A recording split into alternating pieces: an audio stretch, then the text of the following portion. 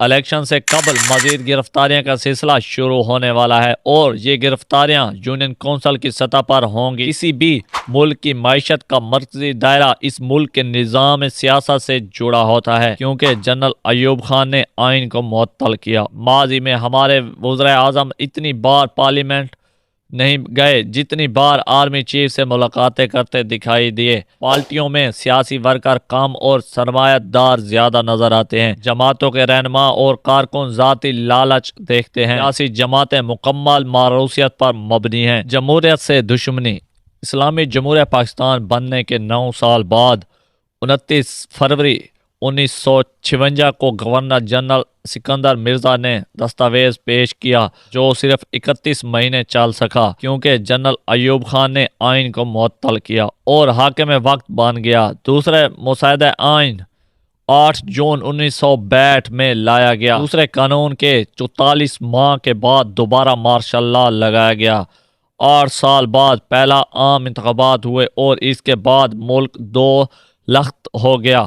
1972 میں عبوری آئین آیا اور پھر 1973 میں مستقل آئین ذوالفقار علی بھٹو شہید نے پیش کیا۔ ان کو بھی شہادت سے سرفراز کیا گیا۔ نواز شریف کو 3 بار ہٹایا گیا۔ اس کے بعد بھی جمہوریت کے ساتھ جو ہو رہا ہے اور ہمیں کسی شکل میں کنٹرول جمہوریت ملی ہوئی ہے آپ کے سامنے ہے۔ ہم نے نہ 2 قومی نظریے کو مضبوطی سے پکڑا اور نہ ہی نظریہ پاکستان کی بنیاد کو تھاما، اس لیے شاید نظریہ ساز بھی پیدا ہونا بند ہو گئے ہیں۔ آئین ہمارا اسلامی ہے، حرکتیں ہماری غیر اسلامی ہیں۔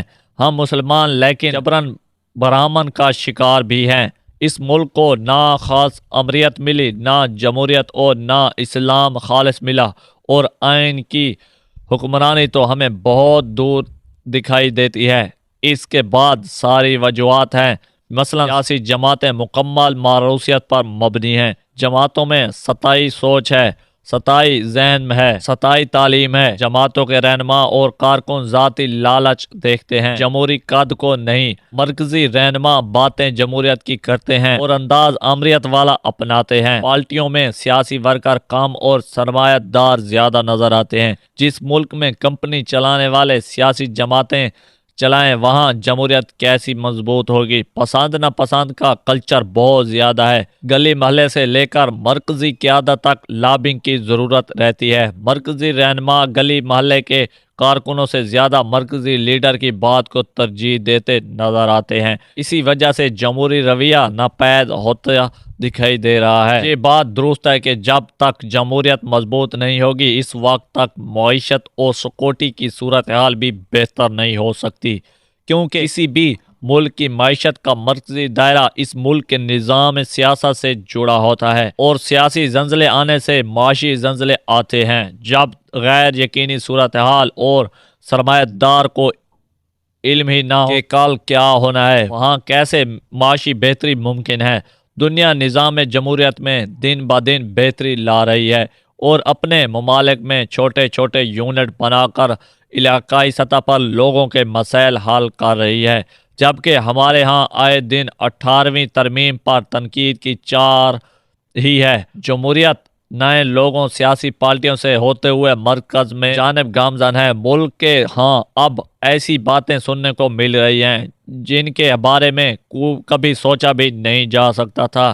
اس کی وجہ یہ بھی ہے کہ ہم جمہوری ہوئے بغیر جمہوریت چاہتے ہیں۔ مضبوط جمہوریت کے لیے آزاد میڈیا کا ہونا ضروری ہے۔ ہمارے ہاں نہ جمہوریت آگے بڑھ رہی ہے اور نہ ہی جمہوری لیڈر آگے بڑھ رہے ہیں۔ پاکستانی عوام چند مخصوص چہرے دیکھ دیکھ کر تھک گئی ہے۔ خالص جمہوریت سے ملک محفوظ ہوتا ہے اور خاندانی جمہوریت سے تباہ۔ جس نے بھی جمہوری فیصلوں کی بجائے ذاتی فیصلے کیے اس سے خرابی واقع ہوئی۔ بہتری امریت سے بدترین جمہوریت بہتر ہے۔ ہمارے اساتذہ کہتے ہیں کہ جو نئی الیکشن ہوں گے، نئی پارٹی یا پارٹیاں حکومت میں آئیں گی، ساتھ ہی تحریک انصاف کے لیے راستہ کھولنے کی آواز حکومتی حلقوں سے بلند ہونا شروع ہوگی۔ ڈاکٹر اعظم خان نے کہا کہ یہی جمہوریت کا نقصان ہے، جو تخت شاہی پر کبھی مکار بیٹھا ہے، کبھی غدار بیٹھا ہے۔ حضرت قائد علامہ محمد علی جناح نے کہا تھا کہ جمہوریت ہمارے خون میں موجود ہے، ہمیں اس کے لیے کسی کی طرف دیکھنے کی ضرورت نہیں۔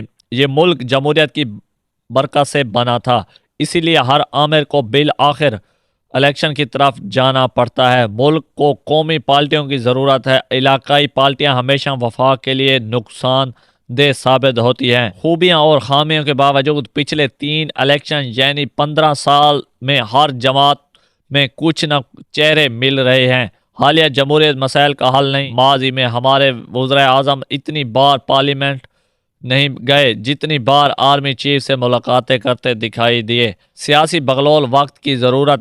جمہوریت اس بات کا نام نہیں کہ اقتدار میں پہنچ کر گردن پکڑیں، اقتدار میں نہ ہو تو پاؤں پکڑیں۔ الیکشن سے قبل مزید گرفتاریاں کا سلسلہ شروع ہونے والا ہے اور یہ گرفتاریاں یونین کونسل کی سطح پر ہوں گی تاکہ ایک جماعت کو الیکشن میں جانے سے پہلے زیادہ سے زیادہ کمزور کیا جا سکے۔ اگر آپ کو یہ میری تمام تحریر ویڈیو لائک کریں، کمنٹ کریں اور شیئر کریں۔ انشاءاللہ ملتے ہیں نئے ویڈیو میں۔